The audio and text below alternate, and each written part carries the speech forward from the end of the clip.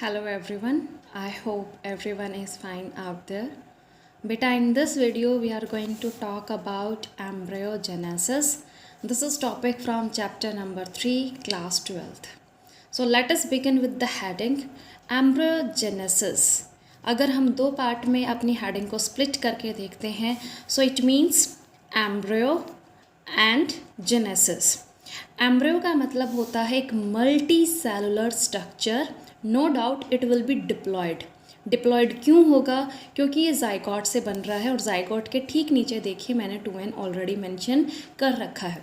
सो zygote से embryo का बनना is termed as embryogenesis. The formation of a multicellular diploid structure from the zygote by mitotic division is known as embryogenesis. हमने यहाँ पे 3 important बातें कही अपने डेफिनेशन में. The first thing is what we are going to form embryo. किससे बनाएंगे? Zygote से.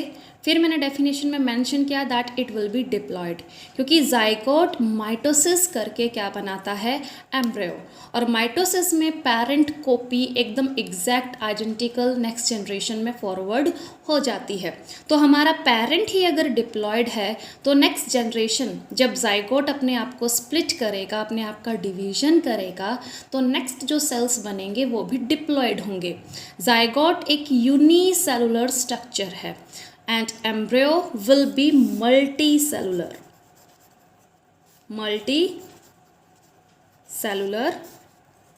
diploid structure. Now we have mentioned what is embryo. Multicellular diploid structure that is formed after zygote, once the zygote is going to develop after fertilization. बेटा embryogenesis जो होता है वो post fertilization event होता है. Post fertilisation का मतलब क्या है कि फर्टिलाइजेशन के बाद हमारे एम्पुलरी स्थमिक जंक्शन में किसकी फॉर्मेशन हो चुकी है? जाइगोट की. ये हमने पहले वीडियो में कर चुका है जो फर्टिलाइजेशन के ऊपर थी. तो zygote now is ready in ampullary स्थमिक junction. अब जैसे जैसे वो यूट्रस तक पहुंचने के लिए आगे अपनी जर्नी को कैरी ऑन करता है, वो बीच में अपने माइटोटिक डिवीजन करते हुए जाता है. यानी वो सिंगल स्ट्रक्चर ना रह के अब मल्टी सेलुलर स्ट्रक्चर में कन्वर्ट हो जाता है. कहाँ पे? Starting from the fallopian tube only. Fallopian tube में ही हमारा क्या हुआ था? फर्टिलाइजेशन हुआ था. प्रॉपर बोले तो एम्पुलरी स्थमिक जंक्शन में. अब इसको पूरा जो स्थमस है वो कवरअप करना है और स्थमस को कवरअप करने के बाद वो यूट्रस में पहुंचेगा. तो स्थमस में जैसे जैसे ये अपनी जर्नी को कंटिन्यू करता है, look at here, I have drawn that diagram also. So यहाँ पे हमारा फर्टिलाइजेशन हुआ था. ये हमारा एम्पुलरी स्थमिक जंक्शन है. अब यहाँ पे जब जाइगोट बन के रेडी हो जाता है, लुक एट हियर, ओवम यहाँ पे शो कर रखा है, एक स्पर्म आया हुआ है. तो यहाँ पे जाइगोट बन के रेडी हुआ. इसको पहुँचना कहाँ है? यूट्रस में for the process of implantation. जैसे जैसे ये आगे बढ़ रहा है, इस पूरे रीजन को बेटा हम isthmus part of fallopian tube बोलते हैं. एम्पुला ये था, आगे जो नैरो पाथ रह जाता है उसको हम स्थमस बोलते हैं. तो स्थमस में से ये अपनी जर्नी को जब कंटिन्यू करता है, so it start it's mitotic division. Mitotic division करते हुए जाता है, यानी जब तक ये यहाँ पे पहुँचेगा यूट्रस में, ये एक मल्टी सेलुलर एम्ब्रियो में कन्वर्ट हो चुका होगा. So this is the difference between zygote. Zygote is a single cell and embryo is multicellular structure. And as our zygote was diploid, उसने माइटोसिस की है, तो एम्ब्रियो भी हमारा डिप्लॉयड होता है. चलिए स्टार्ट करते हैं. तो आज हम एम्ब्रियोजेनेसिस की 2 स्टेज करने वाले हैं, मोरुला एंड ब्लास्टुला. दोनों में डिफरेंस क्या है, कहाँ बनती हैं, कौन कौन से इसके पार्ट्स होते हैं, वो हम आज डिटेल में करने वाले हैं. सो यहाँ पे पहले एम्ब्रियोजेनेसिस को क्लियर कराया. एम्ब्रियोजेनेसिस क्यों हो रही है, कहाँ हो रही है, ये हमने अभी डिस्कस किया. स्थमस में से ये स्टार्ट हो चुकी है, लेकिन ये through out 9 month of pregnancy continue रहती है. सो एम्ब्रियोजेनेसिस में जो हमारे पास पहला स्ट्रक्चर आता है उसको हम बोलते हैं morula. It is just a cluster of cells, but यहाँ पे हमने नंबर रेस्ट्रिक्ट कर दिया है, दैट इज़ 8 to 16 सेल्स. और इन सेल्स को हम स्पेशल नाम से जानते हैं. Look at here, I have written blastomere. So zygote में बेटा जब फर्टिलाइजेशन होने के बाद हम ये 2 लेयर देखते हैं। So inner cell is your zygote. Nucleus देखिए काफ़ी बड़ा है। ये जो एक न्यूक्लियस में डार्क स्पॉट है, दिस इज न्यूक्लियोलस। तो ये पूरा हमारा शेडेड पार्ट जिसको मैं अभी शेडेड कर रही हूँ, दिस इज न्यूक्लियस। बाहर इसके साइटोप्लाज्म है। ब्लू कलर की मेम्ब्रेन को ये देखिए प्लाज्मा मेम्ब्रेन से ऑलरेडी डिनोट कर रखा है। रेड कलर का जो स्ट्रक्चर है प्लाज्मा मेम्ब्रेन के बाहर, ये जोना पैलुसिडा है। और जोना पैलुसिडा के पास ये जो सर्कुलर सेल्स लगे हुए हैं, ये मैंने एक लेयर दिखाई है, हालांकि ये एक से ज़्यादा होती हैं। So this layer of circular cells, ये सर्कुलर सेल्स का नाम ग्रैनुलोसा सेल्स हैं। ये हमारी कौन सी लेयर बनाते हैं? Corona radiata. सो अभी भी जाइगोट के पास हालांकि फर्टिलाइजेशन हो चुका है, 2 लेयर सस्टेन करे हुए हैं। The first one is zona pellucida, the red one, and the second is corona radiata, जिसमें ग्रैनुलोसा सेल्स लगे हुए हैं। बीच का जो एडेसिव होता है वो होता है हायालुरोनिक एसिड। अब ये देखते हैं, ये है हमारा स्ट्रक्चर नंबर ए में कुछ चेंजेस आते हैं। जाइगोट का यहाँ पे क्रोमोसोम पैटर्न दिखा रखा है। अगर इसमें क्रोमोसोम 44 प्लस XY होते हैं तो ये एज अ मेल डेवलप करेगा, यानी एम्ब्रियो हमारा मेल में डेवलप होके फीटस में कन्वर्ट हो जाएगा। अगर जाइगोट में पैटर्न हमारा 44 प्लस XY होता है, so this is a female symbol in biology, तो ये हमारा फीमेल में डेवलप कर जाएगा। It is 44 plus X and X, क्योंकि जो हमारी फीमेल होती है उसके 2 सेक्स क्रोमोसोम्स होते हैं, वो आइडेंटिकल होते हैं। सो मेल में सेक्स क्रोमोसोम का सेट क्या होता है? X and Y। फीमेल में X एंड X। तो ये कॉम्बिनेशन हमें कहाँ देखने को मिलता है? इस शेडेड पार्ट में, क्योंकि ये क्या है? न्यूक्लियस। किसका? जाइगोट का। जाइगोट का न्यूक्लियस कैसा है? डिप्लॉयड। आगे चलते हैं। ये तो था A। Now when A is going to convert into B, यहाँ पे जाइगोट ने माइटोसिस किया। अभी हमने डिस्कस किया था माइटोसिस क्यों कर रहा है, क्योंकि इसको डिप्लॉयड बॉडी बनानी है। हमारी बॉडी के सारे सेल्स डिप्लॉयड होते हैं, so there will be no meiosis except in the case of female. वहाँ पे जो ओवरीज होती हैं, ओवरीज के अंदर फॉलिकल्स डेवलप कराने होते हैं, तो वहाँ पे मियोसिस 1 में वो अरेस्ट हो जाते हैं। हालांकि मियोसिस स्टार्ट होती है लेकिन कंप्लीट नहीं होती है। सो यहाँ पे फर्स्ट माइटोटिक डिवीजन को हम क्लीवेज बोलते हैं। पहले 2 जो माइटोटिक डिवीजन होते हैं, हमने उनको एक स्पेशल नाम दे रखा, दैट इज क्लीवेज। तो हो तो ये एक्चुअली माइटोसिस रहा, ये देखिए नीचे लिख भी रखा है, फर्स्ट माइटोटिक डिवीजन। एक सेल था, यहाँ 2 सेल में ये स्प्लिट हो चुका है। ये कब हुआ? After day first. ये डे फर्स्ट किसका था? फर्टिलाइजेशन के बाद। यानी फर्टिलाइजेशन अगर 12 डेट को हुई है तो 13 डेट को after 24 hours you will be getting this type of structure in isthmus. This structure is known as again a morula. लेकिन यहाँ पे जो हमारे ब्लास्टोमेयर हैं वो कम है। ब्लास्टोमेयर होते हैं ये जो सेल्स, ये भी स्प्लिट होके बने हैं, छोटे छोटे सेल्स जो जाइगोट से अब डेवलप हो रहे हैं, क्योंकि जाइगोट कंटिन्यूसली क्या कर रहा है? माइटोसिस कर रहा है। वो आगे भी मूव ऑन हो रहा है, वो अपना डिवीजन भी कर रहा है। अब ये देखिए बी स्ट्रक्चर में क्या लिख रखा है? Unequal division. एक ब्लास्टोमेयर बिगर होगा, दूसरा ब्लास्टोमेयर क्या होगा? स्मॉल होगा। ये आपको डायग्राम में भी दिख रहा है, 1 इज़ क्वाइट बिगर। इतना ज़्यादा भी डिफरेंस नहीं होता बेटा, लेकिन एक जो हमारा साइटोप्लाज्मिक कंटेंट होता है एक सेल के पास, वो थोड़ा सा ज़्यादा होता है। So this is uneven division. Uneven बोल सकते हैं, अनइक्वल बोल सकते हैं। बी स्ट्रक्चर में कन्वर्ट हो गया after day 1 of what? Of fertilization. Next thing is day 2 पे जब हमारा मोरुला पहुंचता है, सो लुक एट हेयर, ये क्लीवेज नंबर 2 हो गया, सेकंड माइटोटिक डिवीजन। यहाँ पे 2 सेल थे, दोनों सेल ने अपनी माइटोसिस की, तो सेल का काउंट हो जाता है 4। और एग्जैक्टली बोले तो ये 4 क्या है हमारे पास? ब्लास्टोमेयर। यहाँ पे कितने थे? 2 ब्लास्टोमेयर्स। यहाँ पे कितने हैं? 4। और ये देखिए अभी धीरे धीरे गैप आने लग गया है, कहाँ पे? ग्रैनुलोसा सेल्स में। तो ग्रैनुलोसा जो सेल्स की लेयर थी कोरोना रेडिएटा, वो धीरे धीरे डीजनरेट हो रही है जैसे जैसे हमारा स्ट्रक्चर आगे बढ़ रहा है। ए बी बेटा मैंने यहाँ पे दिखा रखे हैं, and look at this isthmus part. A से बी में, बी से सी में वो कन्वर्ट होते हुए जा रहा है मल्टी सेलुलर स्ट्रक्चर में। लेकिन धीरे धीरे एक मेजर चेंज क्या आ रहा है? कोरोना रेडिएटा में गैप, ये देखिए सेल के बीच में गैप थोड़ा सा बढ़ने लग गया है due to hormonal changes, chemical changes जो हमारे स्थमस में हम किसको फेस करने पड़ते हैं, मोरुला को फेस करने पड़ते हैं। तो लेयर बाय लेयर अब कोरोना मेल्ट हो रही है, डिसॉल्व हो रही है। नीचे चलते हैं। This is structure number C. Structure number C में 4 ब्लास्टोमेयर आ चुके हैं। This is day 2 of fertilization, 2 bigger 2 smaller. तो ऐसे ऐसे हमारे जो स्ट्रक्चर है वो अल्टीमेटली डी में कन्वर्ट होगा। यहाँ पे 4 है तो डी में कितने हो जाएंगे, 8। 4 will be bigger and the 4 will be smaller one. सारे सेल्स को हम क्या बोल रहे हैं, ब्लास्टोमेयर। सो डे 3 पे देखिए मैंने यहाँ पे लिख रखा है, डे 2 से जब डे 3 जाएगा तो 8 ब्लास्टोमेयर्स हो जाएंगे, डे 4 पे 16।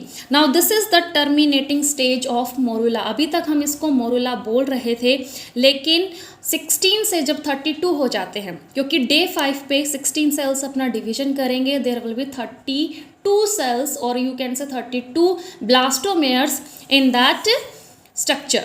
Fine. So 32 stage तक हम इसको मोरुला नहीं बोलते हैं. It is only called as morula when it is having blastomeres up to 16 number.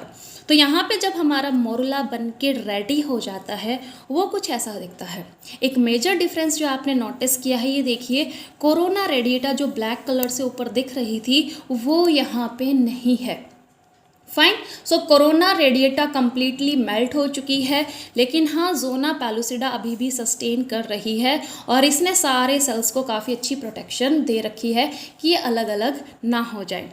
After that morula के कुछ स्ट्रक्चर देख लेते हैं. यहाँ पे नो कोरोना रेडिएटा पूरी तरह से डिसॉल्व हो चुकी है. Formed on 4th day of fertilization. 8 to 16 blastomeres इसमें देखे जा सकते हैं, यानी 8 ब्लास्टोमेयर अगर हैं तो भी आप उसको मोरुला ही बोलेंगे, 16 है तो भी उस स्ट्रक्चर को आप क्या बोलेंगे, morula. Next thing, reached at the end of isthmus fallopian tube.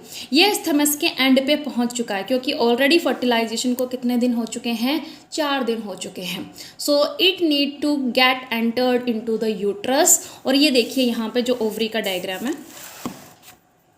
Day 4 में ई बन रखा था हमारा जो स्ट्रक्चर था, और ये इस ई को ही अभी हमने क्या पढ़ा, मोरुला. बिगर सेल्स आपको देखने को मिल रहे हैं, 4 मैंने यहाँ पे ड्रॉ कर रखे, 1 2 3 4. बाकी जो सेल्स है वो हमारे डायमीटर में थोड़े से कम्पैक्ट है. एक और इम्पॉर्टेंट चीज़ जो यहाँ पे डे 4 में होती है, जैसे ही ये 16 सेल्स बन के रेडी हो जाते हैं, now they will be doing their mitotic division, 32 cells में कन्वर्ट हो जाते हैं. लेकिन 32 सेल्स में कन्वर्ट होने के बाद जो मोरुला होता है वो कम्पैक्ट हो जाता है. कम्पैक्ट मतलब उस पर प्रेशर पड़ता है. प्रेशर से जो हमारे बिगर सेल्स है वो पेरीफेरी पे अब अरेंज होना स्टार्ट हो जाते हैं. So this causes arrangement of bigger cells on the boundary, और जो छोटे छोटे सेल्स है वो हमारे अंदर की तरफ, सेंटर की तरफ मूव ऑन हो जाते हैं. सो यहाँ पे डे 5 में चेंज आता है, that is known as compaction of morula. Blastomere जो बड़े हैं पेरीफेरी यानी बाउंड्री पे आ जाएंगे, छोटे छोटे जो हैं वो अंदर के साइड चले जाते हैं. और ये 4th डे पे कहाँ पे है, स्थमस के एंड पे पहुँच चुका है. एक बार फिर से ओवरी को देखेंगे, ये रहा ई स्ट्रक्चर, स्थमस के एंड पे है. अब यूट्रस स्टार्ट होने वाला है. तो ये मोरुला था. कुछ कैरेक्टरिस्टिक फीचर किए, कोरोना रेडिएटा नहीं है लेकिन अभी भी जोना पैलुसिडा सस्टेन कर रखे, काफ़ी रिजिड लेयर होती है वो. Okay, now here I have written blastula. Blastula का दूसरा नाम ब्लास्टोसिस्ट भी होता है, ब्लास्टोसिस्ट. ये सेकंड स्टेप है हमारे एम्ब्रियोजेनेसिस में. मोरुला सिर्फ एक कंपैक्टली पैक ब्लास्टोमेयर से भरा हुआ स्ट्रक्चर था. कोई अरेंजमेंट देखने को नहीं मिल रखी थी, पर हाँ इतना ज़रूर हमने देखा, कोरोना रेडिएटा उसके पास नहीं है और कुछ सेल्स बड़े हैं, कुछ सेल्स छोटे हैं. अब देखते हैं ब्लास्टुला में जब एक मोरुला कन्वर्ट हो जाता है तो उसमें क्या चेंजेस आए. Look at here, the bigger cells now arranged on the periphery, zona के साथ ये एकदम क्लोज कांटेक्ट में आ जाते हैं. ये हमारे बिगर सेल्स हैं. ये जो लेयर बनी है बिगर सेल्स की पेरीफेरी पे या बाउंड्री पे, जैसा कि मैंने बताया जोना पैलुसिडा के साथ ये टच में है, उसको हम बोलते हैं ट्रोफोब्लास्ट. इसको हाईलाइट कर देते हैं, ट्रोफोब्लास्ट. तो ट्रोफोब्लास्ट क्या है, periphery of bigger cells that is in contact with the zona pellucida. अब बड़े सेल्स को तो काम मिल गया, आप अपनी बाउंड्री बनाइए प्रोटेक्शन के लिए, ठीक है। ये बाउंड्री आगे क्या करेगी वो हम अभी डिस्कस करते हैं। नेक्स्ट थिंग, जो हमारे स्मॉल सेल्स थे, यहाँ पे मैंने उनका कलर चेंज किया है। Now these are shown with the green colour. वो एक क्लस्टर सा बना लेते हैं और ये क्लस्टर काफ़ी कम्पैक्ट एरिया में, मैंने अभी बताया था कंपैक्शन होने वाला है, तो जितने छोटे सेल्स बच रखे थे वो जाके एक स्पेसिफिक एरिया में अपने आप को लाई कर लेते हैं। The specific area of the smaller cells, और you can say smaller blastomeres, because बड़े ऑलरेडी पेरीफेरी पे अटैच हो चुके हैं। इन छोटे छोटे सेल्स के क्लस्टर को हम क्या बोलते हैं? Inner cell mass, inner cell mass. And next it is known as embryonic knob also. तो दोनों ही स्ट्रक्चर बेटा, ये जो क्लस्टर हो रखे छोटे सेल्स उनको बोलते हैं इनर सेल मास भी, एम्ब्रॉयनिक नोब भी, क्योंकि जो एम्ब्रियो अब बनेगा वो ये ग्रीन सेल्स बनाएंगे। हमारे पार्ट्स बनने बाकी हैं, endoderm, mesoderm, ectoderm, yolk sac है, तो सारी चीज़ें अब किससे बनेंगी? इन सेल से बनते हैं, इसीलिए इनको एम्ब्रॉयनिक नोब कहा जाता है, ठीक है। एक और हमें एक नई चीज़ देखने को मिल रही है, इतनी सारी ये जो कैविटी डेवलप हो रखी है, लुक एट द स्पेस, जो वाइट स्पेस मैंने छोड़ रखा है, इस कैविटी को हम बोलते हैं ब्लास्टोसील। ये ब्लास्टोसील क्यों बने? अभी तक तो मोरेला में देखिए बेटा कंपैक्टली पैक थे, ये सारे सेल्स इवनली डिस्ट्रीब्यूटेड थे।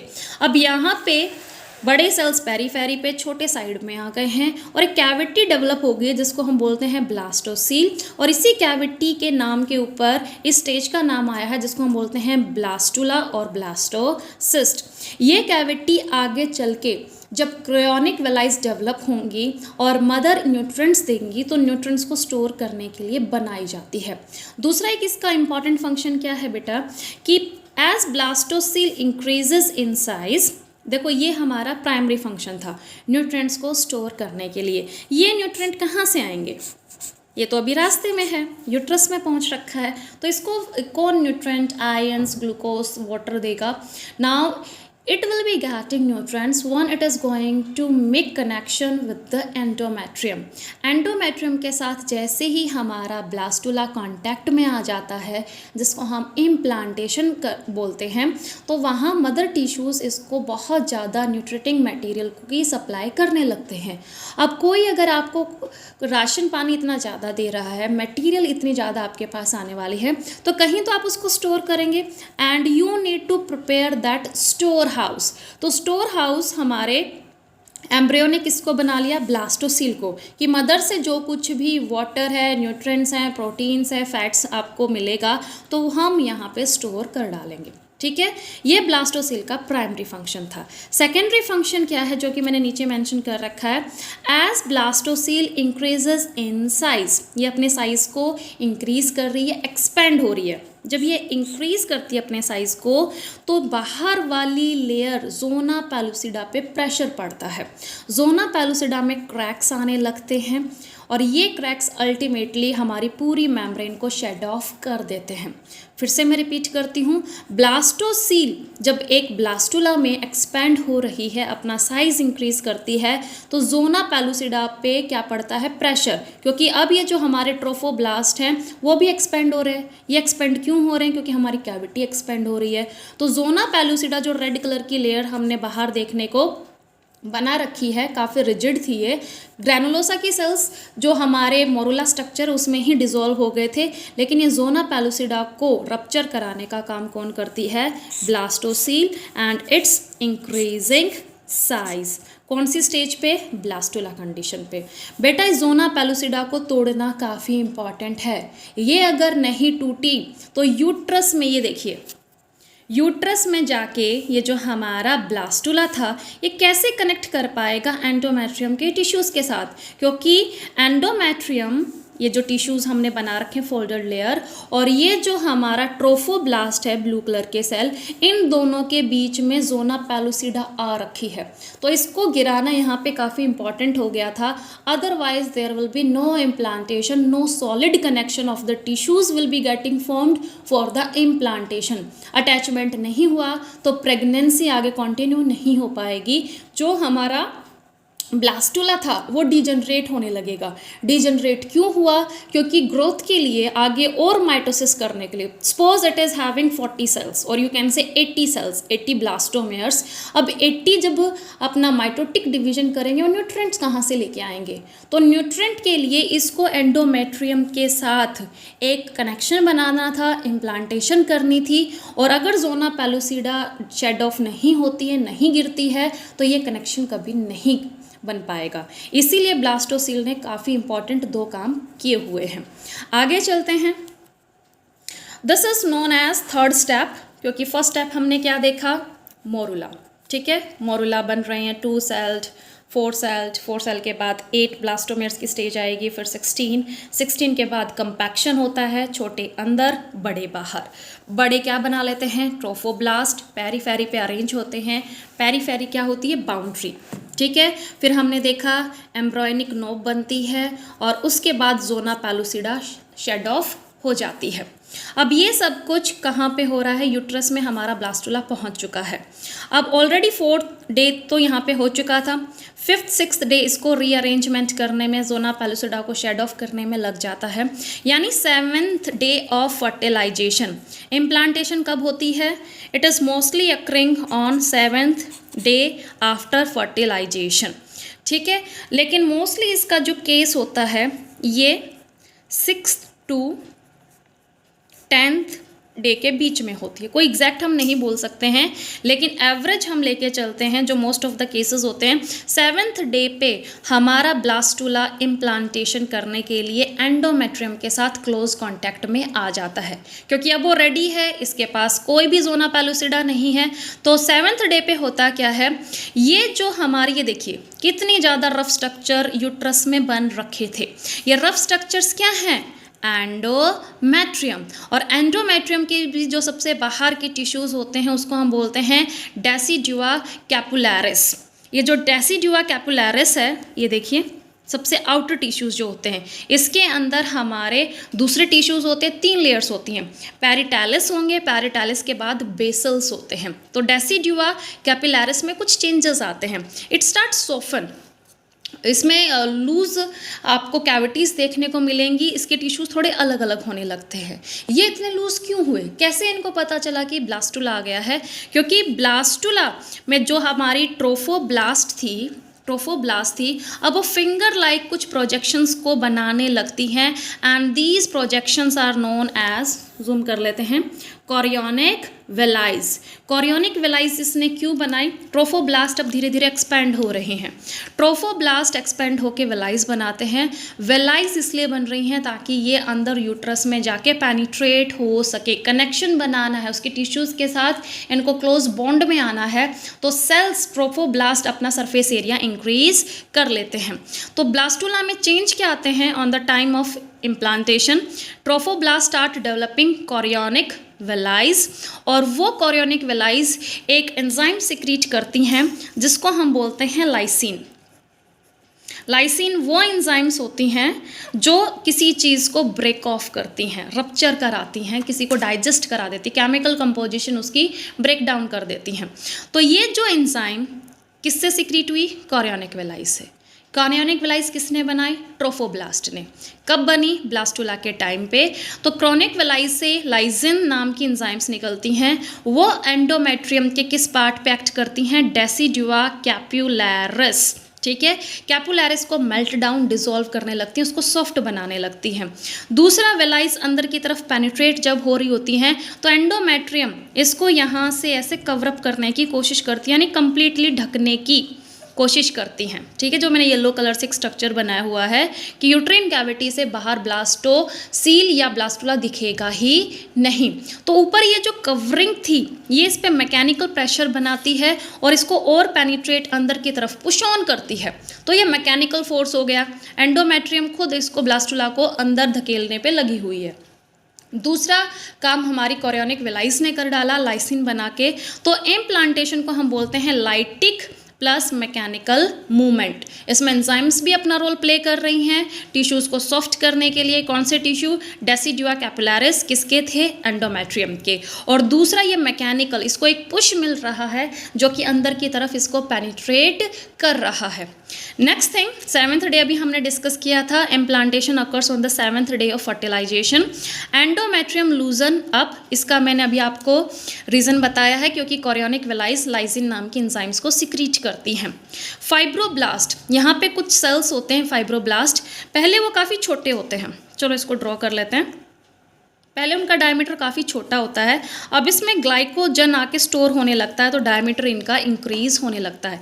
ये कौन है? फाइब्रोब्लास्ट हैं। क्या स्टोर होता है? ग्लाइकोजन। ग्लाइकोजन को हाईलाइट कर लेते हैं, दिस इज ग्लाइकोजन। तो fibroblast now are known as store house of glycogen, क्योंकि एंडोमेट्रियम अपने आप को प्रिपेयर कर रही है बेटा, अगर आपको किसी को नरिशमेंट देना है तो आपके पास वो नरिशमेंट सफिशिएंट क्वांटिटी में होना चाहिए। तो वो खुद रिजर्वायर बन रही है बॉडी में, जहाँ कहीं पे भी ग्लाइकोजन है वो अब चैनलाइज होके यूट्रस में एंडोमेट्रियम के पास पहुँचने लग गया है। कहाँ स्टोर हो रहा है? फाइब्रोब्लास्ट में। फाइब्रोब्लास्ट आपके इरेगुलर डेंस टिश्यूज़ होते हैं जो रेंडमली यहाँ पे पाए जाते हैं। तो ग्लाइकोजन मिलने के बाद पहले ये ऐसे थे, अब ये देखिए काफ़ी हेल्दी, यानी इनका डायमीटर इंक्रीज हो चुका है। Next thing, trophoblast start producing chorionic villi, अभी मैंने आपको डिस्कस किया, ब्लू कलर से बना भी रखा है, ये फिंगर लाइक प्रोजेक्शंस को बनाने लगता है।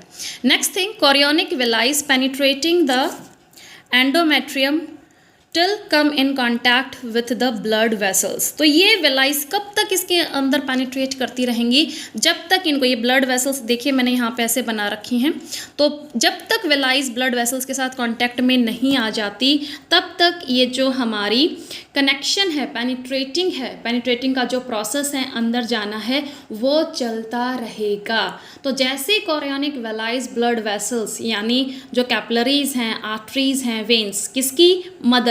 मदर में भी कौन सी जगह? एंडोमेट्रियम की। जब तक ये उसके साथ कांटेक्ट में नहीं आ जाती ये पूरा प्रोसेस चलता रहता है। एक बार ये ब्लड वेसल्स के साथ कांटेक्ट में आ जाती हैं तो वहाँ पे ये फर्दर मूव अपने आप को नहीं कराती है। सो अभी तक हमने क्या देखा, एक बार रिकैप्चुलेट कर लेते हैं। सबसे पहले जाइगोट था, जाइगोट माइटोसिस कर रहा है और ओवरी में जो स्थमिक फैलोपियन ट्यूब थी, ठीक है, ओवरी तो ये है, ये जो हमारी फैलोपियन ट्यूब थी उसमें भी आगे अपनी जर्नी को कंटिन्यू कर रहा है। स्ट्रक्चर्स हमने डिस्क्राइब किए, मोरुला अप टू 8 ब्लास्टोमेयर्स तक कहलाएगा। ब्लास्टोमेयर्स जब ये वाली स्ट्रक्चर को कंटेन कर लेते हैं यानी एडजस्ट कर लेते हैं, ट्रोफोब्लास्ट अलग हो गई, इनर सेल मास अलग हो गया, उसको हम क्या बोलते हैं? ब्लास्टुला। एक कैविटी बनती है जिसको हम ब्लास्टोसील बोलते हैं। Blastula is now ready, but ready के साथ एक प्रॉब्लम है, जोना पेलुसिडा को हटाना है। हटाने का काम कौन करती है? The increasing blastocoel. ब्लास्टोसील इसको गिरा देती है क्योंकि ये पूरे स्ट्रक्चर को, ब्लास्टुला को एक्सपेंड करती है, ठीक है। और अब ब्लास्टुला कोरियोनिक वेलाइस को डेवलप कराता है, कौन से पार्ट से? ट्रोफोब्लास्ट कन्वर्ट हो जाते हैं कोरियोनिक वेलाइस में, ये अंदर चलती हैं इम्प्लांटेशन करने के लिए। कहाँ तक पेनिट्रेट करेंगी? टिल द टाइम इसको ब्लड वेसल्स के साथ कनेक्शन नहीं मिल जाता है। So this was regarding the embryogenesis. Today we have discussed morula and blastula condition. Last में हमने implantation देखा. Now gastrula and 3 germ layers we are going to discuss in coming video. Thank you everyone.